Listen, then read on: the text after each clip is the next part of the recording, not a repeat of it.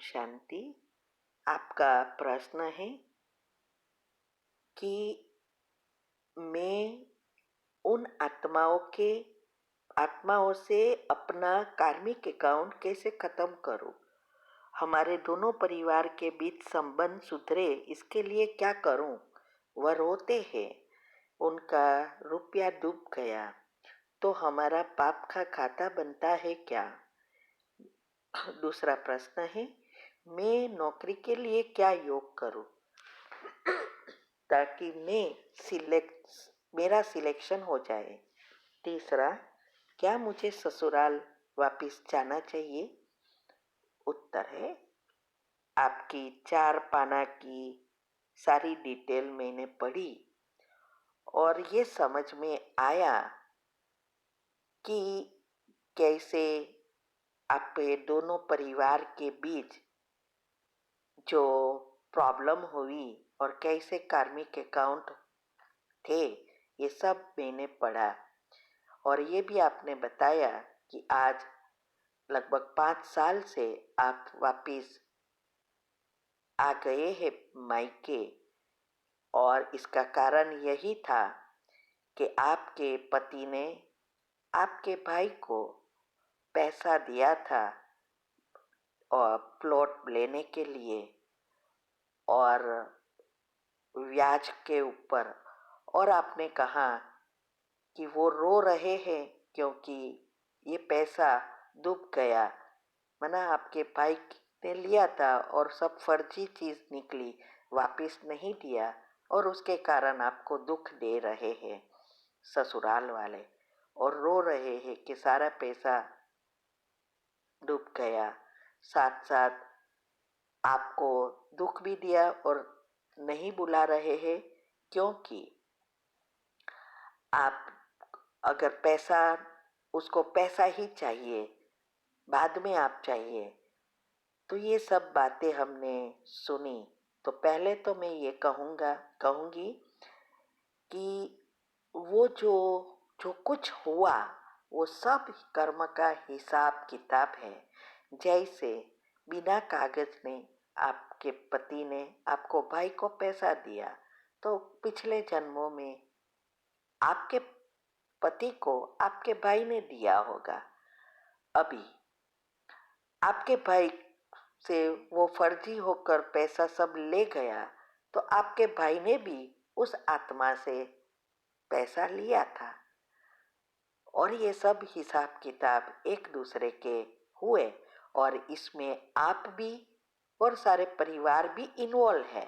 हर एक का कोई एक एक का खाता नहीं होता है, और इसीलिए आप सब ऐसे साथ में आए और एक परिवार में जुड़े हिसाब किताब चुकता करने।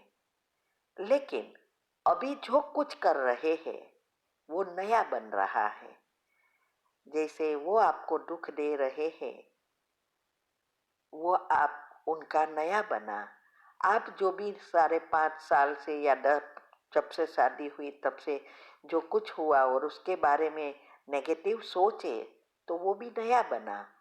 तो हमेशा कर्म पुराना भी होता है और नया भी बनता है। इसीलिए शिव बाबा ने, माना भगवान ने आके हमें बताया ड्रामा का ज्ञान, फुल स्टॉप लगाने का ज्ञान, और कर्म की गुह्य गति के संकल्प से कैसे कर्म बनते हैं, जो हमने यूट्यूब पर सब रखा है आध्यात्मिक रीति से, कि कैसे पुराना कर्म होता है और कैसे हम नया बनाते हैं। ऐसे ही जन्म बाय जन्म हम पाप कर्म या पुण्य कर्म खत्म भी करते हैं और नया भी बनाते हैं, और उसका आधार संकल्प है, और संकल्प का आधार हमारी आत्मा की अवस्था और दुनिया का वातावरण की अवस्था के ऊपर हमारे संकल्प चलते हैं। और इसीलिए ये ज्ञान को समझकर उसको प्रैक्टिकल जीवन में लाना बहुत जरूरी है, क्योंकि शिव पुराण में भी कहा है 2 ही रास्ता है हिसाब किताब चुकता करने का, एक है भोग कर और एक है योग से। लेकिन योग से कैसे करना वो दुनिया में नहीं जानते, कहते हैं कि ज्ञान से एक झटके आप खत्म कर सकते हो, भक्ति से नहीं। वो तो कार्मिक अकाउंट दुनिया वाली बुक में भी आता है कि भक्ति से हमेशा कर्म पाप कर्म ठेलते हैं और ज्ञान मार्ग में एक झटके हम खत्म कर सकते हैं। लेकिन कैसे करना वो किसी को नहीं पता, वो तो बाबा ने ही आके हमें बताया। इसीलिए पहले सभी को फुल स्टॉप लगाना जरूरी है। वो करते हैं तो उनका पाप कर्म बनते हैं।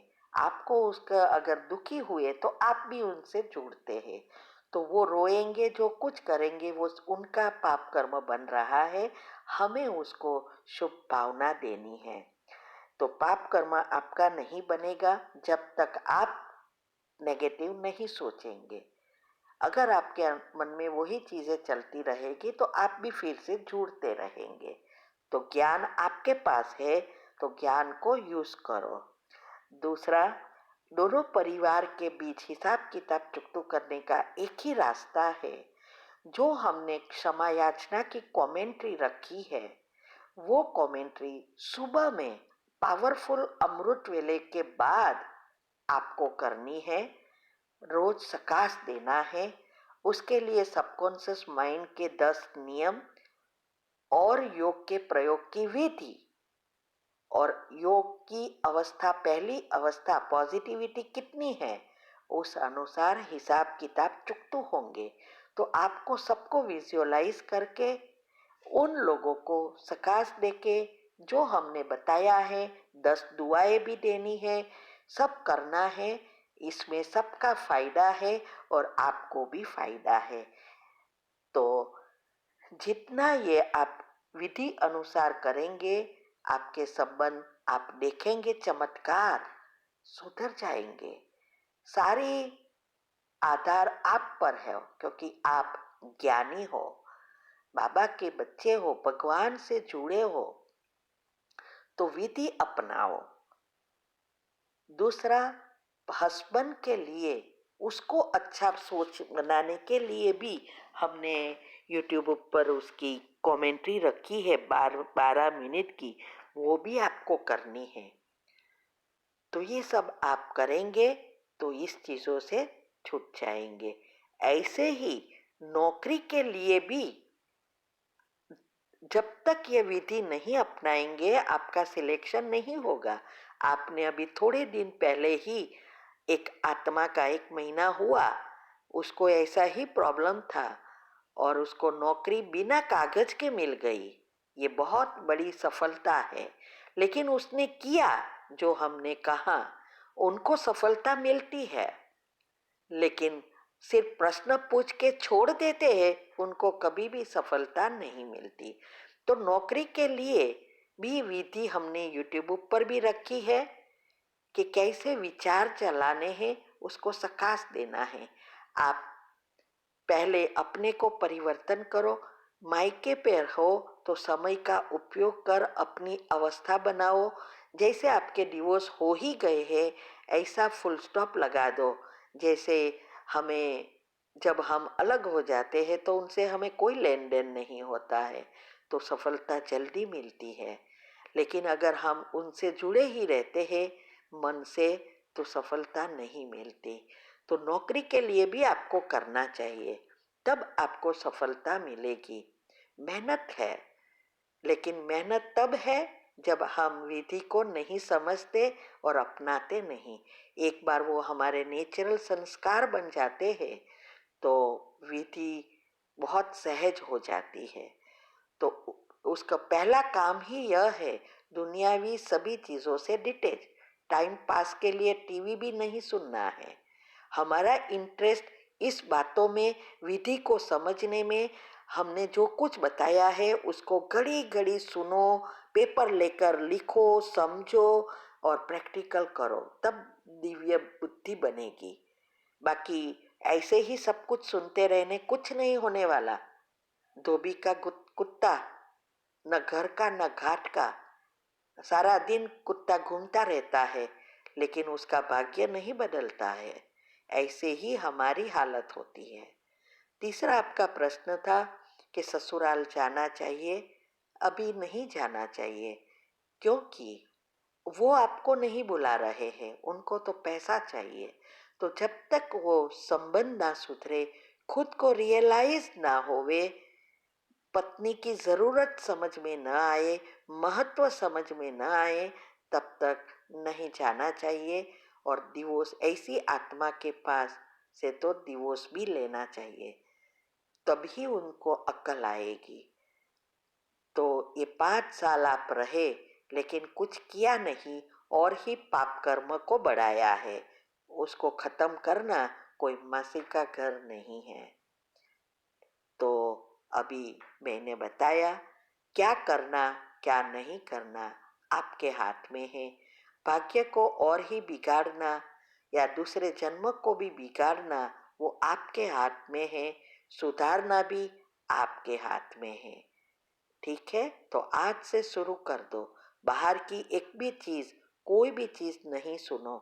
हमने बताई है, इस बातों को समझने का सारा दिन जैसे एक धुन लग जाए, और जो आत्मा धुनी बन जाती है वो आत्मा दुनिया में कुछ भी कर सकती है। तो जब आपका इस बातों में इंटरेस्ट बढ़ेगा तो समझो आपकी लाइन क्लियर होती जा रही है। ओम शांति।